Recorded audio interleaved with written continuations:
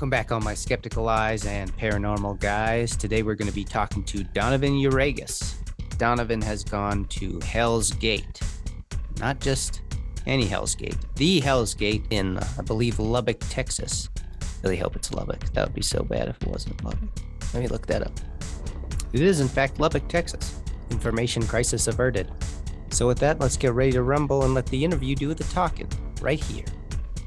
Skeptical Eye, Paranormal Guys.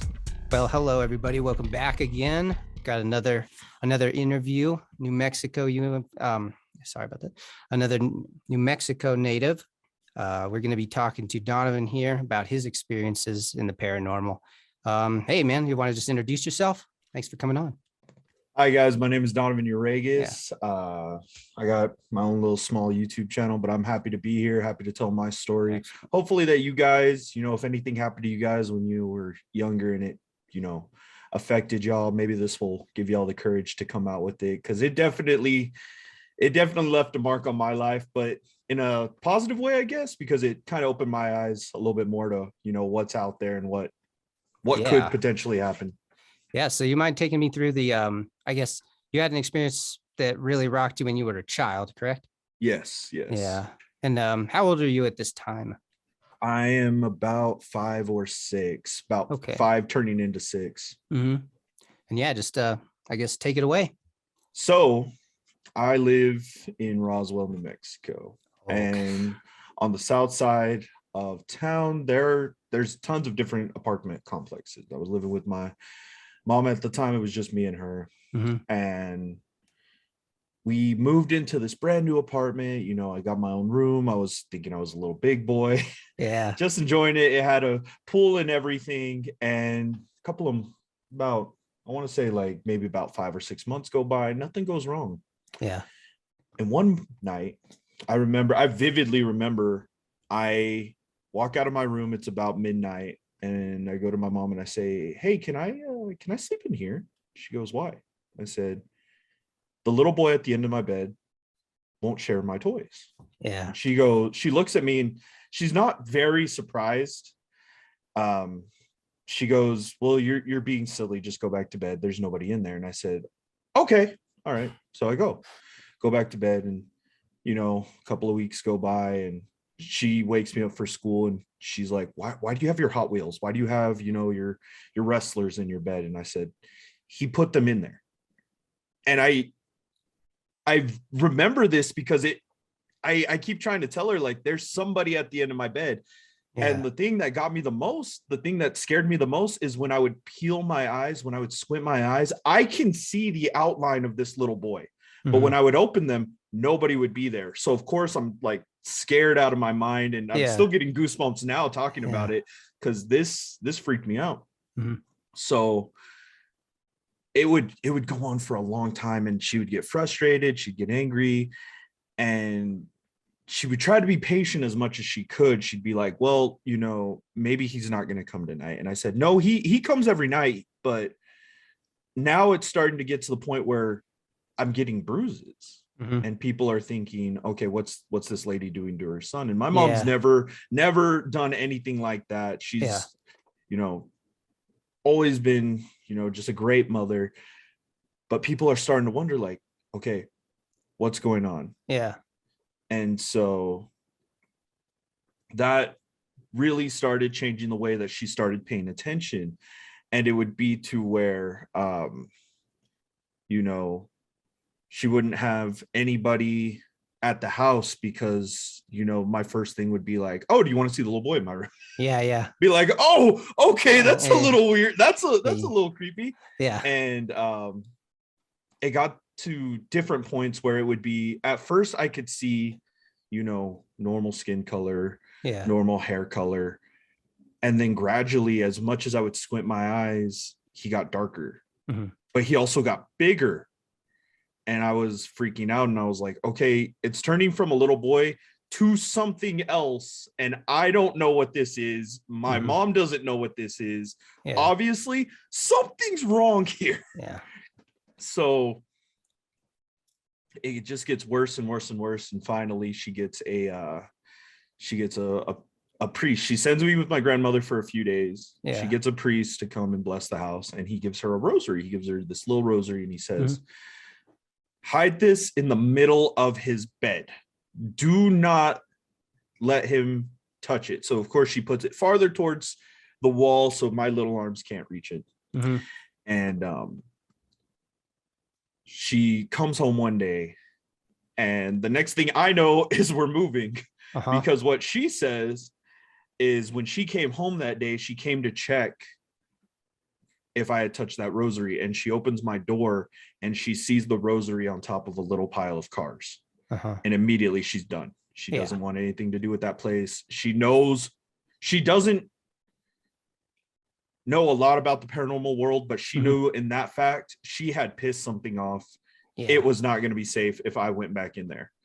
And so she does her own research. And then when I got older, she explained it. Apparently in that apartment, a little boy had been, beaten to death in there.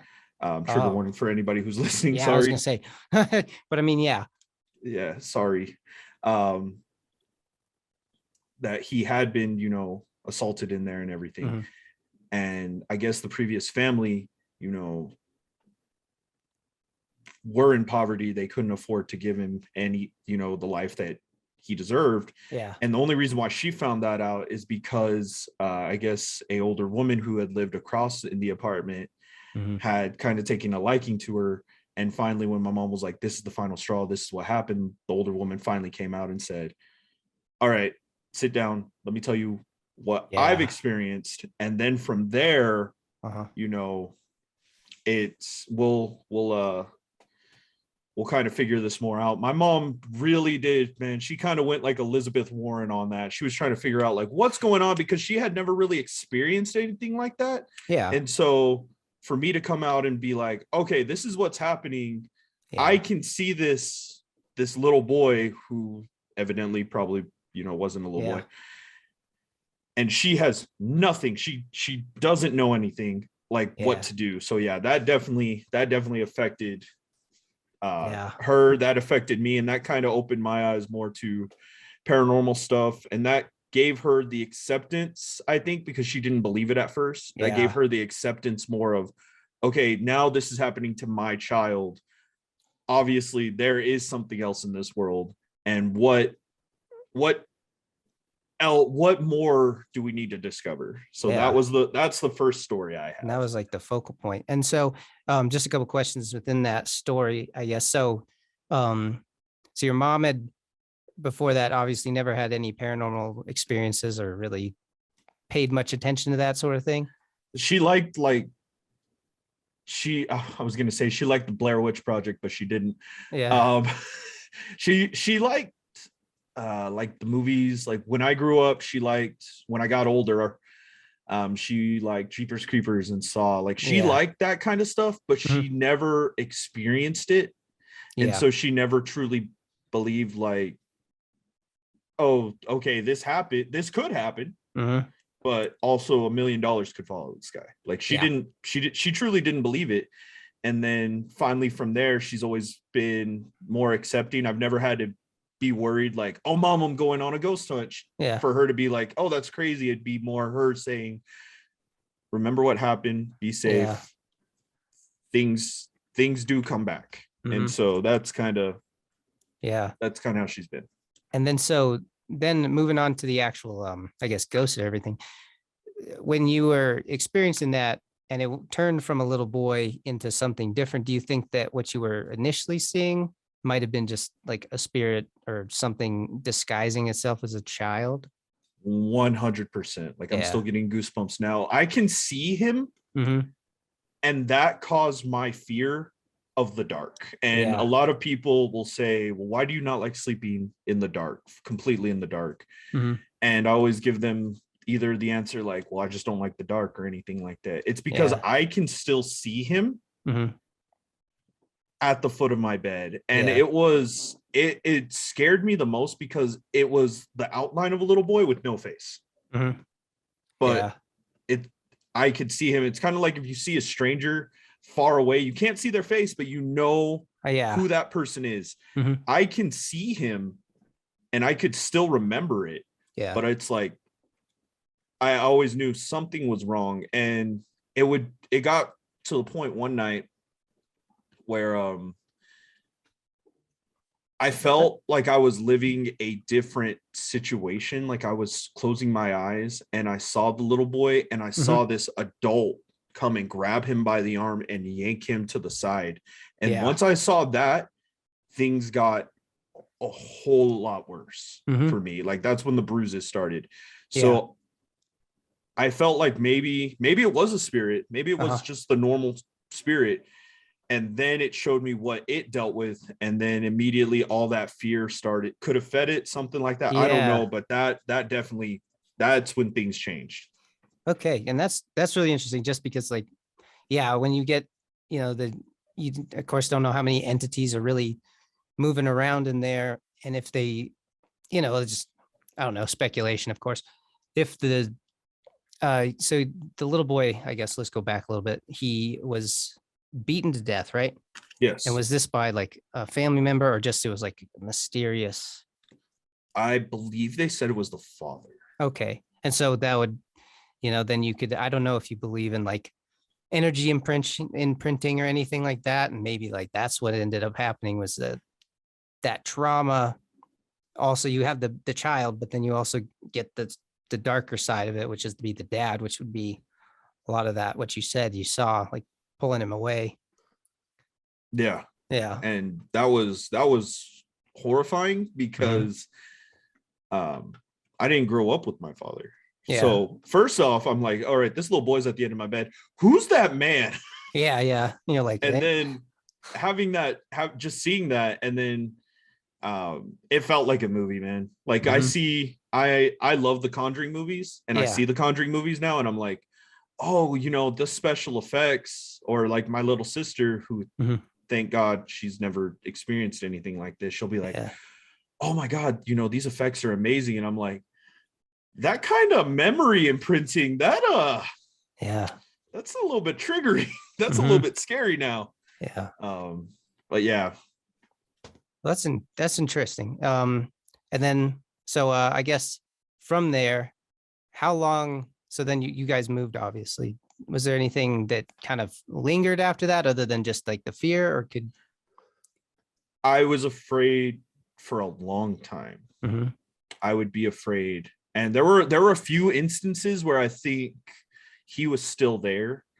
So there was one time where it was me, my little sister, we were staying at my grandfather's for the, like every day during the summer, we'd go to my grandfather's, and, he had to go pay a bill. So he left us, and we had the vacuum cleaner. I don't even know why we had the vacuum cleaner in the living room. I guess we were cleaning. The only thing I remember is I went into his room and and I immediately hear the vacuum come on, and my sister bolts to me and starts crying, and she's like, I saw something turn it on, because she hated the vacuum. She absolutely hated it, but it just turned on, and it was bent, like somebody grabbed it and started pushing. And she was like, I saw something. And I was like, well, what did you see? And she said, I don't know. And so obviously I'm like, well, you got to know what you saw. But then I thought, hey, I didn't know what I saw.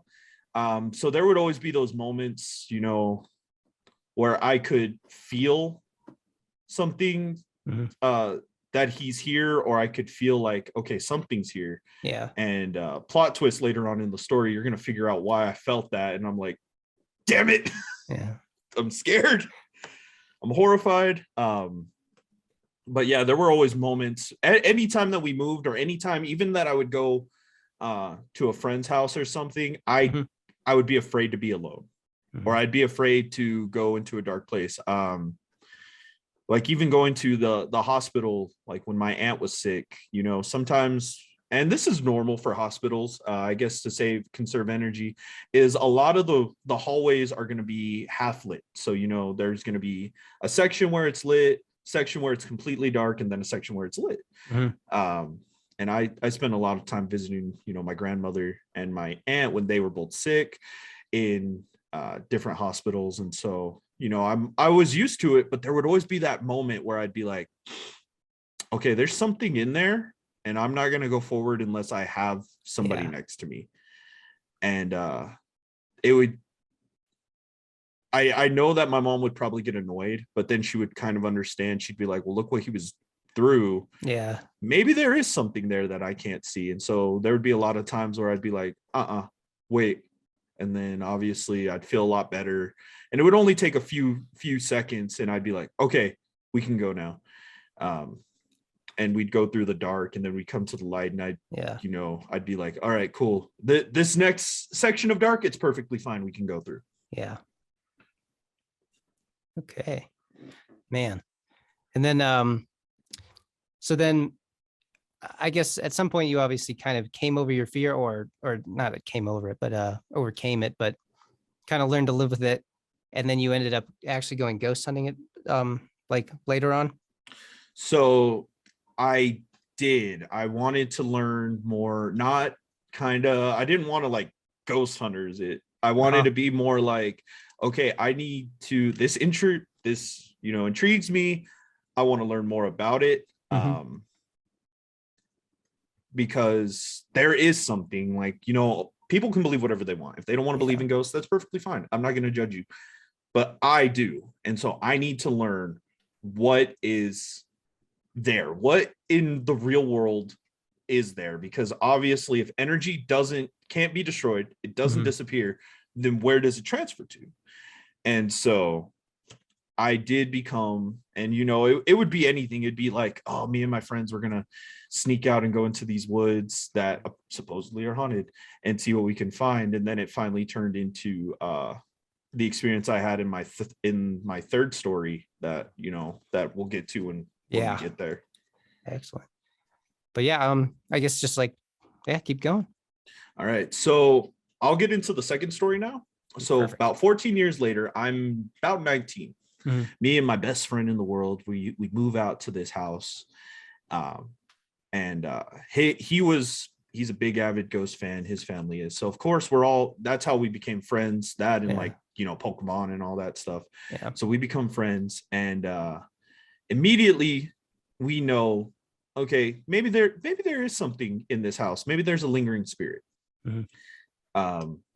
And the first instant we got of that was when the night that we first move in, we had our girlfriends there and everything. Yeah. And he's in the kitchen, and I look up, and we had this little window cut out looking in towards the kitchen.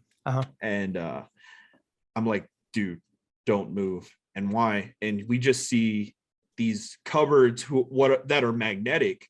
One just starts opening, and I'm like, so is that why the rent's cheap? And so he starts, I'm like,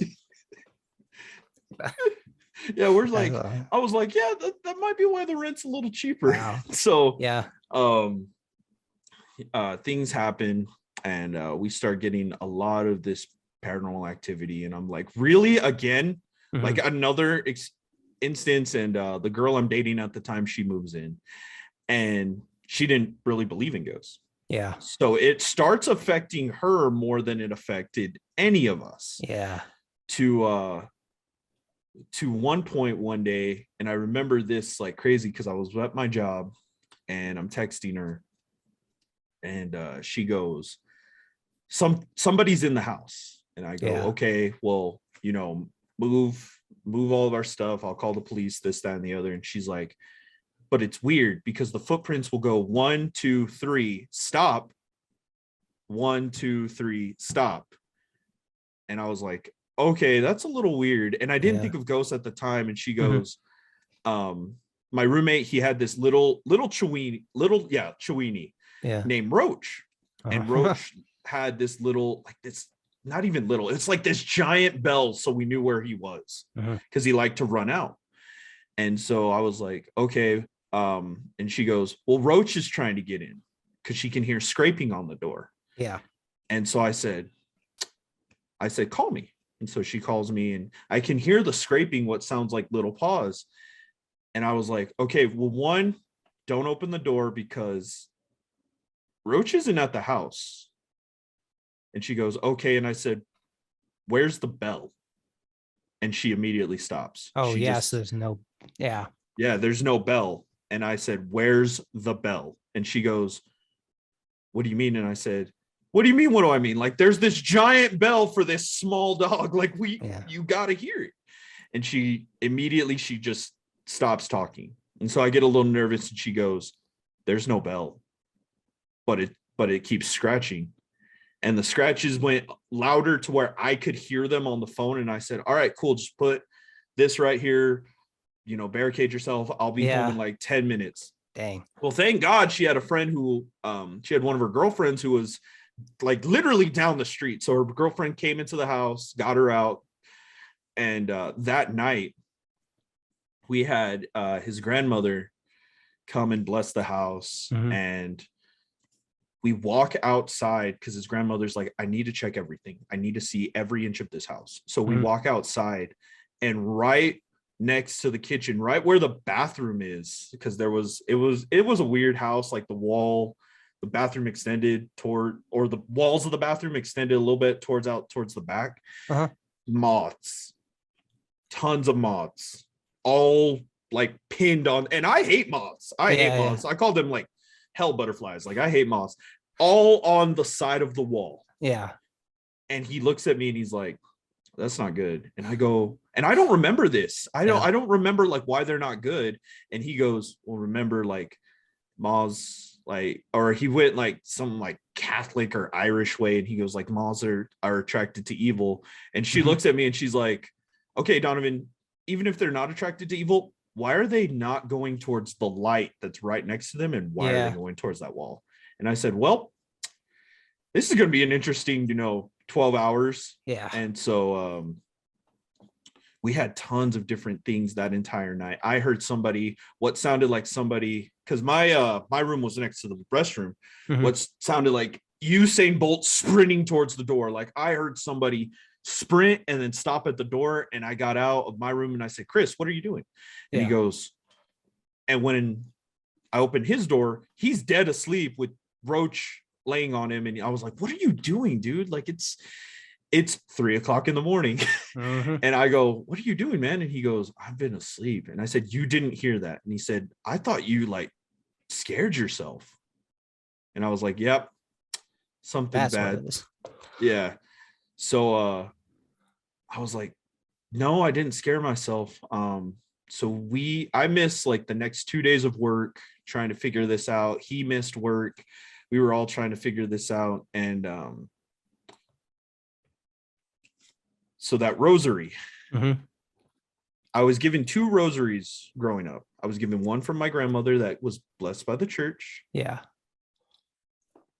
And can you remember where the other rosary that came from was? But from the little cards. Yeah. That got packed up with me. And my mom doesn't remember packing that up. Yeah. But years later, when I was living in that house, I was given the false idea that was my grandmother's rosary. Oh, so I kept it on my persons everywhere I went. When I call my mom and I'm like, hey, there's a lot of paranormal stuff happening. She got excited at first. Really? Until she heard the fear in my voice. She was like, oh, that's super cool. And then I was like, no, it's not. And she goes, yeah, no, it's not. And I said, hey, where's grandma's rosary? And she said, oh, the red one with the metal outline of the cross that was blessed by the church. And I said, no, this brown plastic one. And she goes, don't touch that. And I said, what do you mean don't touch that? And I said, that's grandma's rosary. And she goes, that's not grandma's rosary. That's the little boy's rosary. And I dropped my phone. Yeah. And I look at it because it's on my stand, and I said, what? And she goes, yeah, that's the little boy's. And I said, so you're telling me my entire life I've held this close to me every time that I've been afraid? And she goes, there's a reason why you've been afraid. And I was like, shh. So I was mad. I was angry. So we ended up getting rid of that.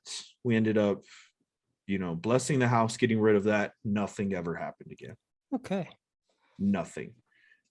But I could guarantee that walk to get rid of it, the walk to bless it, everything felt like a mile. It was like 3 feet, but it felt like a mile. Yeah. Because I'm holding this thing in my hand and I'm like, okay, so the girl I'm dating at a time has gone through all this craziness. My best friend's gone through all this craziness, but I really haven't experienced anything crazy. Maybe that's because it's knows, or it's feeding off my fear alone, that it's attacking the people I care about the most. Mm-hmm. And it was insane, dude. Like I'm very much a darker person, but I was pale at that moment, because I knew, I was like, this is bad. And so my mother hands me my grandmother's real rosary, and she goes, keep this on your persons. And like, one of the last thing that happens before I leave that house, before we get rid of the plastic one, is my grandmother's rosary shatters. Wow. Okay. I've never experienced that. Yeah. I cried because that was one of the last things I had of my grandmother. Yeah. But I'm holding it in my hand, and it had never been like washed or anything. It was wood beads with metal. So I could understand maybe if time had worn down, but we took good care of it because we loved her. We miss her. Yeah. And I'm holding it in my hand, and I'm like, all right, we're good. And it shatters. And I'm not even talking like bright breaks down like a video game stage. No, it goes. Yeah. And I hold it and I'm like, all right, cool. Now it wants a war. Yeah. And I'm not gonna lose this time. And I cried and I was like, all right, cool. We're getting rid of this other rosary. And my mother, she comes and visits the next day, and she's like, so what happened? And I said, I don't ever want to experience that again, which then I did later on, because I got more curious. But yeah, that was definitely a weird experience. And so about a year later, I went to that house and I talked to the new people that were living in there at the time. And I was like, hey, have you guys experienced anything weird? Nothing. Okay. So then, it was definitely attached to you. And I explained my story to them, and I was like, I'm not here to freak you out. I'm not here to scare you. I'm not here to be a weirdo. I just want to make sure that whatever that happened at that time is gone. And thank God that they were so cool. Yeah. Because some weird guy coming to you and saying, hey, do you got ghosts? That's a little weird, but they were so cool about it. They were like, okay, let's talk out on the porch. And I said, perfectly fine, thank you.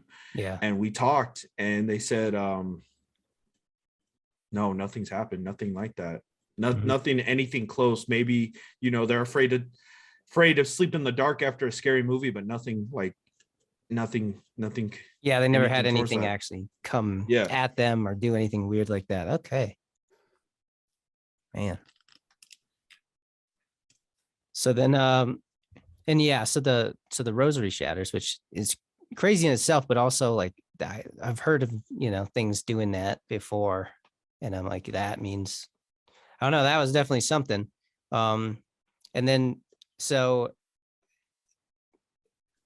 I guess I was going to ask if like the people around you after that, did they ever have anything else happen to them, follow them? Well, my best friend, his wife now, it was his girlfriend back then. She has a lot of experiences. Yeah.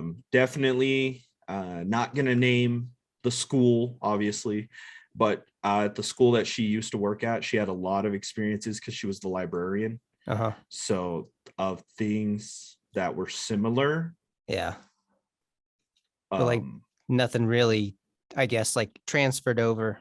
It wasn't like I want to say that something attached itself, maybe not in that house, maybe in a different instance, because there was something definitely that where she was working at the time, children would see it, books would be thrown, and it would follow her, but it wouldn't follow her home. So I don't know, maybe it didn't, maybe it was something new, but there was definitely an experience where she was calling us, calling him, texting me, asking me advice, or we're like, we don't know what to say to that, because there was something that attached itself or followed her, but wouldn't happen at home.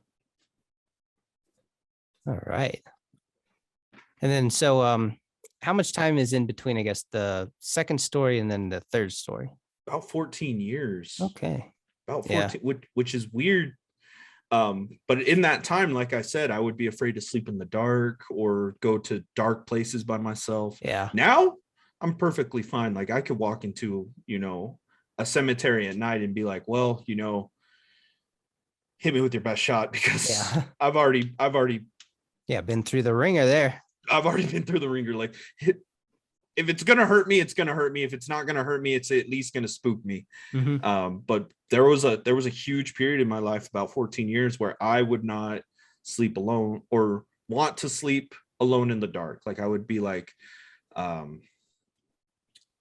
would, if I had to, I'd be like, yo, like, does somebody got their eye on me? Or does somebody got my back? Or, dark alleyway, be like, oh no, let me make sure I have every flashlight in the world before I go. Because I did not like being alone in the dark, because I always had that feeling like I'm not alone. And that's what scares me the most. No, that makes sense. Especially, it starts off when you're a child and you can't really, I don't know, it kind of like it plants that, like, primal fear in you. Gotta be, imagining, because I'm like, I don't know. I'm thinking like, I haven't ever been afraid of the dark, and it's mostly probably because I never have ever experienced anything like paranormal at all. So I'm kind of like, you're like, I'm the only one in the dark. And there was a long time in my life where I was like, I'm not the only one in the dark. And you could see it. Yeah. And it scares me. And now it's like, okay, maybe I'm not the only one in the dark, but if it's going to hurt me, it would have already done that. I wouldn't even have made this thought yet. So yeah, that was just my long part of my youth, all the way up until I was about 19, 20. And then after that, I was like, all right, cool. I could be afraid, but I'll just embrace it. Yeah. I'll just embrace it. Okay. All right. So then, I guess what led up to you and all your friends ended up going to the Hell's Gate, correct? Yes. So I can, do you want to give a trigger warning? Because I can give you the history of what Hell's Gate is. Yeah. But it's going to be a little graphic. That's still, everybody. From this point on, we're going to be learning about Hell's Gate. So Hell's Gate in Lubbock, Texas. So it's the train tracks behind the Lubbock Cemetery near Martin Luther King Avenue. So I was like, let's go to a haunted place in Lubbock, because my buddy moved there. And he was like, well, we have a department store that used to be an insane asylum back in the day. And I was like, well, that's going to be a lot tougher. Or we have this. And I said, okay, well, let me do my research to make sure that we're not, just going for no reason.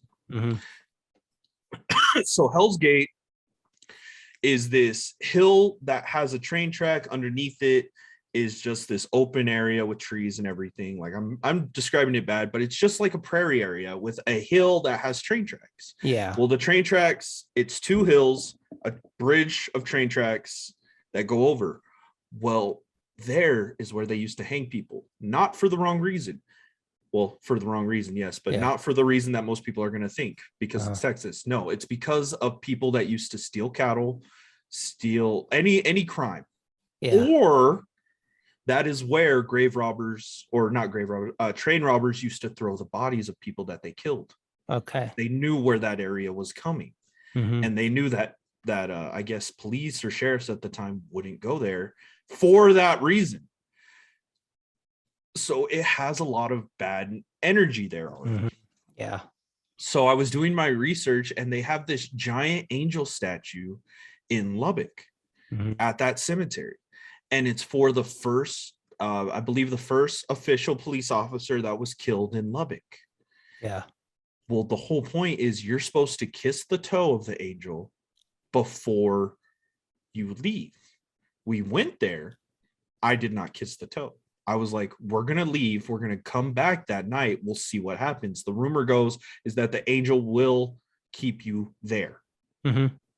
will trap you there. So you have two ways. You can go through the cemetery or you can go around this back way to Hell's Gate. So we went the back way. Obviously, like there's a park, like it looks so cool until you get there, because there's a park and a lake and people go fishing. And then once you pull up, you're like, oh no. And it's so green and beautiful, but there's no animals. There's no birds. There's no squirrels. There's no rabbits. And I pointed that out during the day. I was like, there is not a single chirp. And my buddy goes, well, that's not weird. And I said, no, that's pretty weird, man.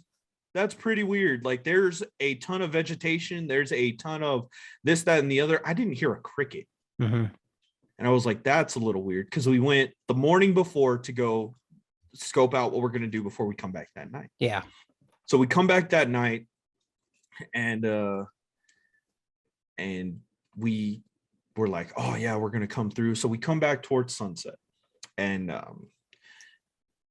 I was training to be, this is going to sound so weird, I was training to be like a professional wrestler at the time at the school that they have there. So obviously I'm wearing like cutoffs, my muscles are showing, I'm all excited, I'm like, yeah, look, we're going to do this.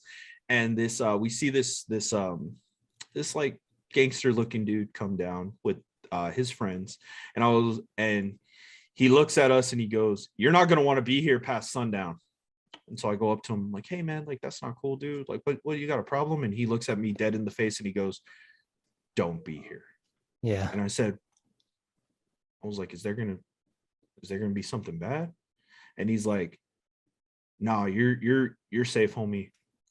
But whatever that is that isn't the physical, that's gonna mess you up the most. And I was like, what does that mean? Yeah. I'm trying to like not laugh, and I'm like, what? And he walks away with his friends. And I said, all right, that's a little weird. Yeah, ominous, right? But we're recording and we're like, oh, this is cool. Like we got that on camera, this, that, and the other. So on the train tracks, I had this little camcorder and I put it on the train tracks, and I was like, well, this is supposed to be the most haunted part. If anything happens, we'll do it there. We'll catch it. I'll have it going all night. Yeah. And so we're the only ones there. It is like 9:00 at night. We're the only ones there. You can hear our footsteps. We can hear each other's footsteps. Yeah. Or so we thought. And it is the only one. So we're going through, and they have past the bridge on top. On the bottom are these two giant like walls of sunflowers, beautiful sunflowers, most beautiful sunflowers I've ever seen. During the day would be great to take a picture. At night, oh my Lord, it's horrifying, because in the middle it's just a dark path with sunflowers. And so I'm taking our second camera and I'm like, oh, this is going to be amazing, this is going to be wonderful. And my best friend grabs me by my shirt, because it's me, my best friend, his girlfriend, who just now his wife, and then his little brother grabs me by his shirt. And he wasn't a strong guy, but I could feel that he's pulling with everything he's got. And he says, don't. And I said, what do you mean? And he says, I don't know what I just saw, and I'm not trying to act all scared for the camera, but don't. And I said, well, what did you see? And he said, I couldn't tell you. And I said, well, that doesn't make sense. Like, it's got to be a human or an animal. And he said, what if it was both? Yeah. I was like, that doesn't make sense, dude. And I'm trying to be like the comedy side. And he goes, and I could tell in his voice, I was like, all right, cool. We'll save that for later then. So we're there for like 30 minutes and nothing's really happening. And then I start hearing something, what sounds like something's hopping, something like with weight is hopping from tree to tree. Okay, and so I'm in like, the trees. Yeah. Okay. And I was like, and of course there's that meme, they're in the trees, but no, it's like something was literally in the trees. And I go, all right. I was like, do you guys not hear that? And they look at me and they're like, I don't know what you're talking about. And I said, look, those leaves are moving. And they're like, well, that could be the wind. And I said, that's weight. That's like if a branch moves up and down. And at my first thought is, I'm like, all right, so maybe there is some wildlife, like maybe there's squirrels or something, like maybe there is something out here. Maybe I was wrong earlier than the day. Maybe they're just, or it's Texas, so a possum, a raccoon, something. And they're like, no. And I'm like, okay, all right. And so there's a slant going towards the hill where you're having branches literally in your face.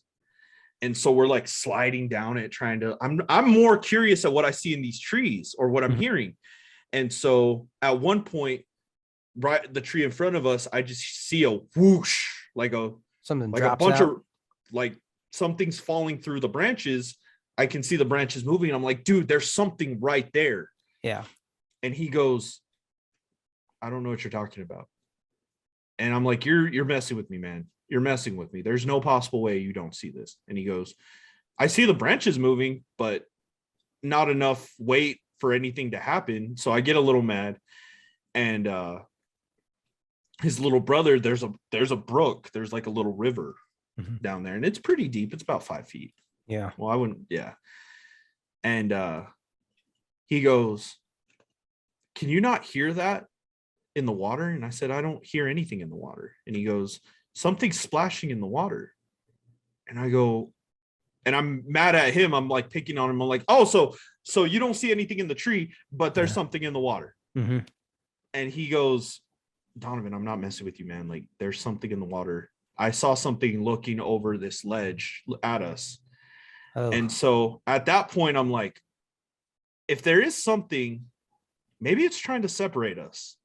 With all that, I mean, it doesn't have a good history, that whole place. There were pentagrams everywhere, man. There was Latin written on these woods in spray paint. Like, there's obviously something. Yep. And so I'm like, okay, well, you're gonna stay with me no matter what, and your brother's gonna stay with his girlfriend, and we're not gonna separate. Yeah. And I was like, if there is something, if you're seeing something and I'm seeing something, the last thing we need to do is separate. Not even 5 minutes later, his girlfriend goes, I want to go back to the car. And I was like, well, if we die, at least she can escape. Yeah. And I make the joke. And so we send her back to the car. And where the car's positioned, you can see us climb up the hill. But where I left the camera, you can't see us because of these trees. Yeah. And so when we're walking her back to the car, we're walking backwards. Because I'm like, I don't trust my back towards all this darkness. Yeah. I'm getting that same feeling. And this was way after, I had already conquered my fear. Like, this is way after. And I'm getting that moment where I'm like, I don't trust this. There's something watching me. So we're walking backwards. And I wish I had the footage. And I'll tell you what happened with that. That scared us. Yeah. I'm recording and I'm noticing something. I'm hearing my footsteps, the little brother's footsteps, but I'm hearing a third set. And so I change my cadence. I go my normal, and then I start going wider. And right when I go wider, he goes wider, and we stop. And I was like, you hear that? And he's like, yeah. And I was like, there's something walking towards us that stopped also, but we caught that we could hear another set of footprints. Maybe that was a homeless or something, because we saw what looked like a murder scene after the fact. No body, but we saw tore up clothes, a tore up camp. Wow. Like, it looked like a bear or something. Like, I've seen claw marks, but I've never seen them so precise. Ripped through the side of a tent. And we did call the local police at that point. That was during the day. And we were like, hey, like, there's a homeless camp here at Hell's Gate. And the operator goes, it happens. And I was like, that's weird. And she goes, yeah, we don't normally, with the homeless population over there, we don't normally send anybody out there, because most of the time they just find the remains. And I was like, are we in danger? And she said, I was like, are we in danger? And she goes, no. We've never gotten a report of like homeless attacking anybody there, but we only see the aftermath. And I was like, that didn't answer my question. No, that's more questions than anything. I was like, good on you for, doing your job correctly. But that didn't answer a single question that I had that day. And so we're going through, and we take her to the car. And I I told her, I was like, if you hear anything, you see anybody coming out the car, anything, honk, we will be right down. We got your back. Yeah. And so we're climbing up the hill and we're all having fun. We're like, yeah, this is great. And you have to go through this chain link fence that has a hole in it before I could grab my camcorder. And this is what always comes back to me.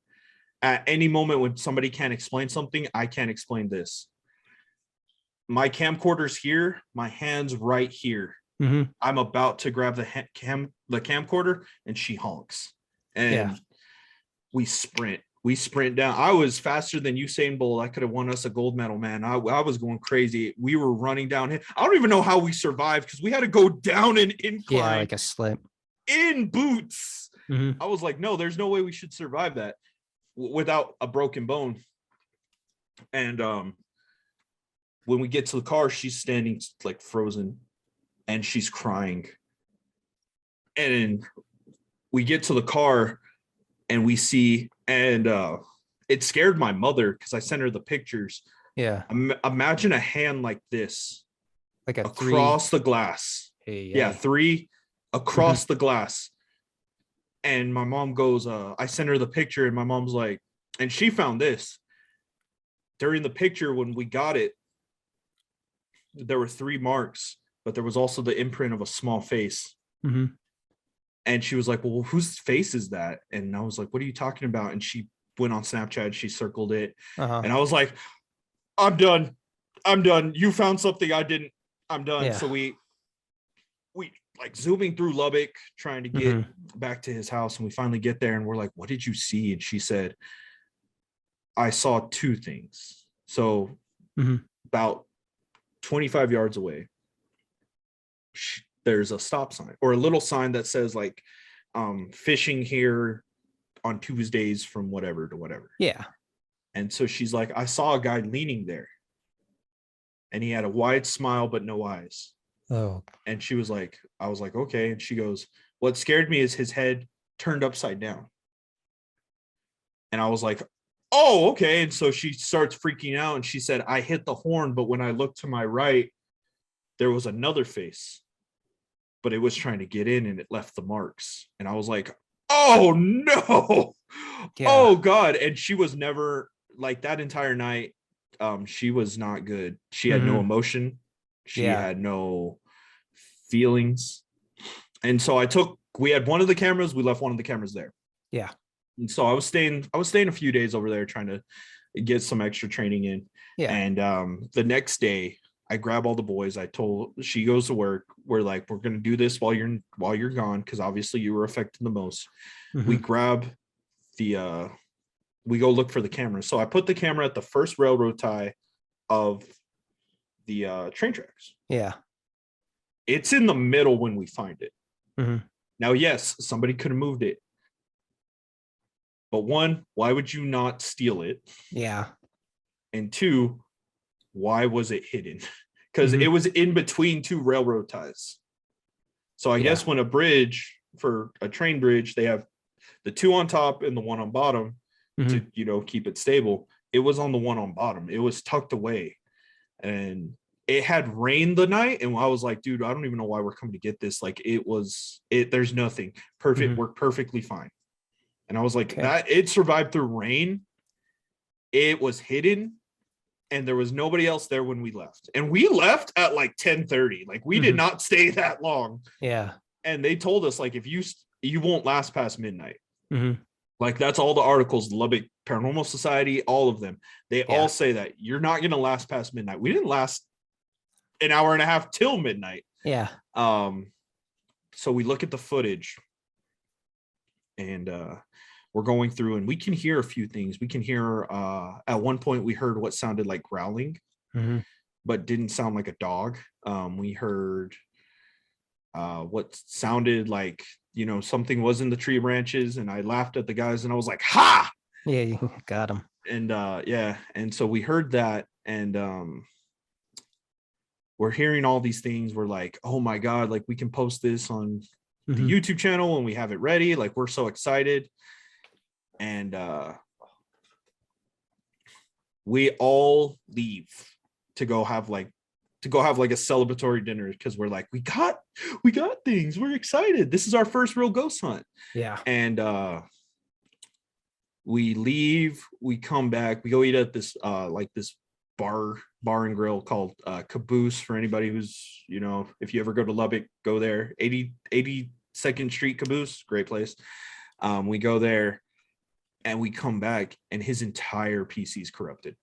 Oh, everything. dang. And it was brand new. Mm-hmm. Everything's gone. Dude, that's blue screen of death, nothing.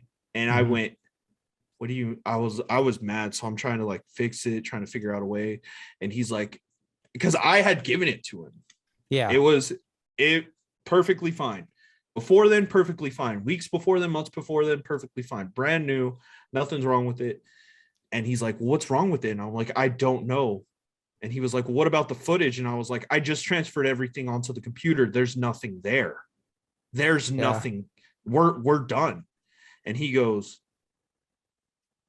what if we didn't do that? And I'm like, nope, I don't want to hear you say that. I don't want to hear anything like that. I don't care. I'm not listening. Ghosts do not control the computers. And then I watched movies where they do, and I'm like, maybe they do. But yeah, no, we lost everything. We lost the first album or first artwork we had for the channel. We lost everything. He lost photos of him and his girl. Yeah. Everything was on that computer and it all just disappeared. And in hindsight, we should have kept multiple copies, but we were still younger then. And we were like, oh, this is going to be awesome. Nothing's going to break while we're gone for an hour and a half, 2 hours. And then, And that is crazy. And then, of course, just having you're wondering, like, maybe that's why instead of the camera wasn't totally gone, they're like, okay, well, if they find it, or quote unquote, whatever it was, is like, maybe, then they'll upload it and then I can destroy way more evidence or something. I don't know. That could be it, man. But we didn't even get to that point. We listened, and there were a few points in that recording where you can see shadows going across the train tracks. You can see at one point it looked like a branch was coming down into frame, but it was distorted. It looked like a hand, but of a tree, like with tree features. Like it was old and brown and like it looked weird, and then it disappears. So we had stuff, like we had this amazing footage, and then we come back and it's all man, damn. Because that's like I mean, just like first, like all the pictures and just the experiences, like in general, are like just spine chilling. But then you go and you're like, okay, then there's something it's showing you itself, or it's presenting itself to you, but then also, I don't know, maybe making you crazy by destroying it, all the evidence that you thought you had. I don't know. And not even a year later, I see this article on Facebook where all these people who try to act tough are like, Hell's Gate. Oh yeah, it's in raw. Like somebody had made an article about Hell's Gate and posted on Facebook. No, it was the Lubbock News. They were posting it, and people here in Roswell were sharing it. Yeah, and I was like, don't do it. And they're like, you're just, you're this, you're that. It's not even that scary. And I was like, if I had the evidence, you wouldn't go anywhere near it. And so I've been warning people, and even my own family, they're like, don't ever go back. And I'm like, I need to go back once to get the evidence, because all these people think that it's perfectly fine, that it's okay. But it's not. Like there's something there. If that is the one part of the city that has no gang violence after midnight, something's got to be there. Yeah. Something has to scare people to where they are the hardest people in the world and they won't go. Because that's one of the safest places to be in the city after midnight. But that's also one of the most dangerous places to be after midnight, because the homeless population disappears when they go there. Or there's no animals there. That should be a sign. Like there's something there. And people go, well, if I can last till midnight, what if I go at midnight? I'm like, the later it gets, the worse it gets. And we just had probably the little pinky toe in the pool of what potentially could have happened. Yeah. Yeah. And then and that's kind of crazy that you're talking about, that you find all that evidence of like, a homeless encampment being torn apart by something like a creature or some kind It of like weird it thing. it looked like those videos on YouTube where like the bear's coming through. It did not look like, if it was a person and it was a knife, it Mhm. looked way too symmetrical. Like the claw mark looked like it was from one thing. Yeah. The torn up clothes, but there was no blood. Mm-hmm. No blood. Yeah. But there were torn up clothes. There were clothes that were in the water. There were packets of what looked like still like food, like they had food like this. And at one point we get a Cliff Bar to look at the expiration date, and it wasn't even for like a few months, so we Uh-huh. knew this had to be recent. That's why we called. Yeah. And it just looked like stuff that should be used in that time. Like we should have found the person. Mm-hmm. And of course we even waited too. We were like, yo, if there's a homeless person, like obviously we're not going to put him on video or anything like that, Yeah. but let's give him like $10 for food, or let's go, get him something. Let's try to help him because he's out here and this is supposed to be haunted. And we waited. We were out there for a while during the day, and nothing, man. Like that's why we called, because we were like, Mm-hmm. well, where's the body? Yeah. It looked like it looked like when Hulk Hogan like rips his shirt, like that's what it looks like, man. Like it was pieces everywhere, clothes everywhere, but no body, no blood, no footprints, nothing. Mm-hmm. Yeah. And it was near the river, so there was mud. Like it was like this man just disappeared, like he just dissolved. Yeah. And then even the dispatchers are just like, I mean, at some point they're just like, what are we gonna do? We're not going out there ourselves. So Yeah. because Like you had said that she was just like, it happens and we just find the aftermath. And like at first I was like, oh, like the aftermath of like stuff yeah, like that. Yeah. like when she said the aftermath, I'm like, the aftermath of what? Yeah, the word Well, choice there. what do you find? What's the aftermath? What am I not knowing? And we even went to people at the mall, and we were trying to, ask them questions, not interview them, just be like, hey, you ever hear of Hell's Gate? And a lot of these people would be like, don't be there after midnight. Like that's the number one thing that was given overall, was don't be there after midnight. And no gang is gonna mess with you. Yeah. And I was like, one of these isn't adding up, because one of them has to correlate with the other. So either we're there after midnight and a gang's gonna mess with us, or if like something's not adding up to me. And they were like, just don't be there. And so that's the one thing that hit the most, was that people just knew about this local legend but didn't want to talk about it. Yeah. And I was like, okay, all right, there's something wrong. There's something wrong. And then, so through all of that, do you kind of have like a speculation, I guess? Would you, because it sounds, I mean, I don't know.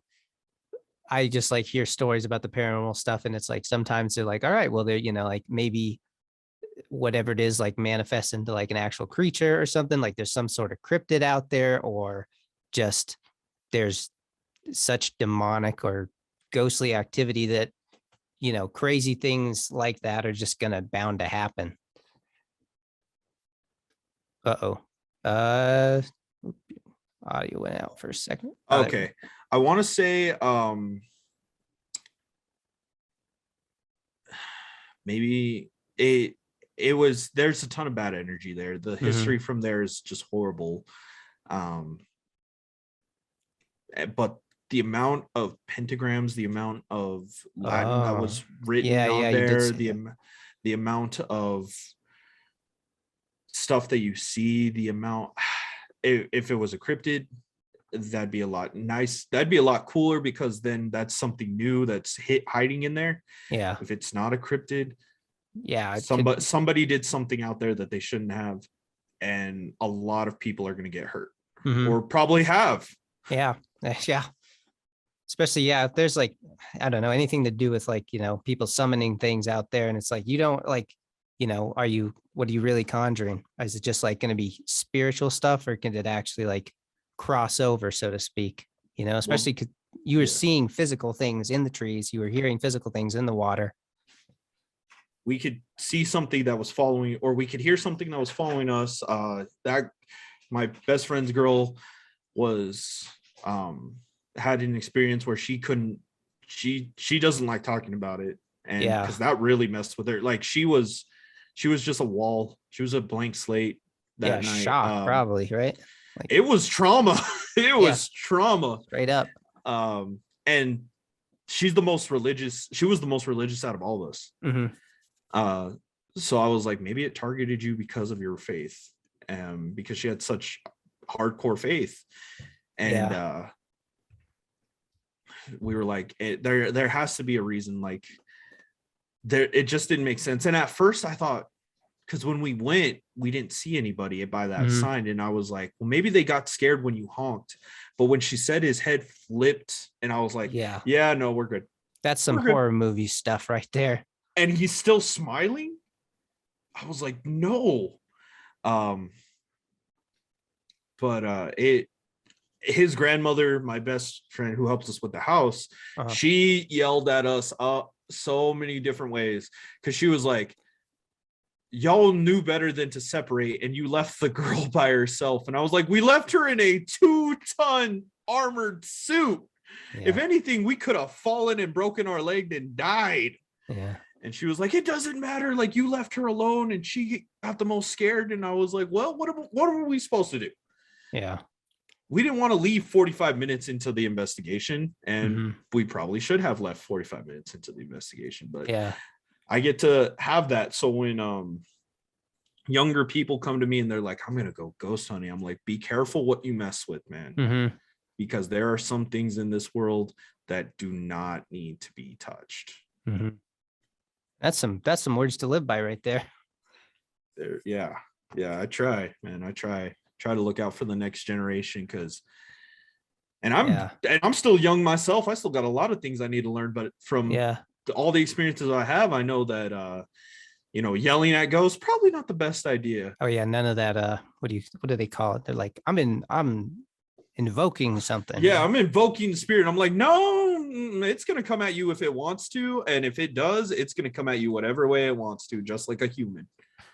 So then, if I guess just some like, since you've gone ghost hunting, you've had these experiences. What would you say to somebody who still wants to go out and do something like that, but like, what are some precautions? Obviously, and like, don't try and make the spirits mad, or, Don't try to make the spirits mad. Don't try to Zach Bagan it. Love ghost adventures. Yeah. Love it. Do not do that and send one of your friends by themselves, because having to deal with that trauma, you feel just as guilty as they do. You feel worse than they do because you did it. Never go alone. Don't try to be Mr. Macho and go alone, because you still don't know what could happen. Like we saw a homeless camp. Mm-hmm. What if he was hiding? What if he, shivved us for our wallets? Like, you don't know. Make sure that you have enough batteries. Make sure you have enough cameras. Make sure that one of y'all's phones are at least charged in case one of y'all break y'all's legs or something. Mm-hmm. If you're going to be religious, don't be biased. Uh-huh. Or try to keep that separate when you go. Don't try to be like, well, the good Lord, whatever you believe in, perfectly fine. When you're in a situation where it's haunted, that is their ground. That is their world. Whatever you say, that's still theirs. So don't try and be anything like that. Just be unbiased and be like, hey, whatever happens is going to happen. It's going to happen. Yeah. But most importantly, don't do this alone, guys. Or Yeah.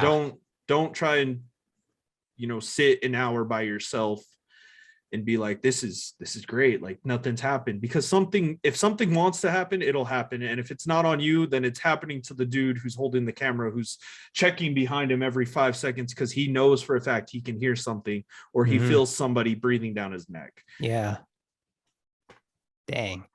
Well, that's crazy. And just crazy stories, man. I love it. And that, man, the dude's head flipping upside down and still smiling. I'm just like, yep, that was it for me. I would have been like, just like her, And I would have been right out.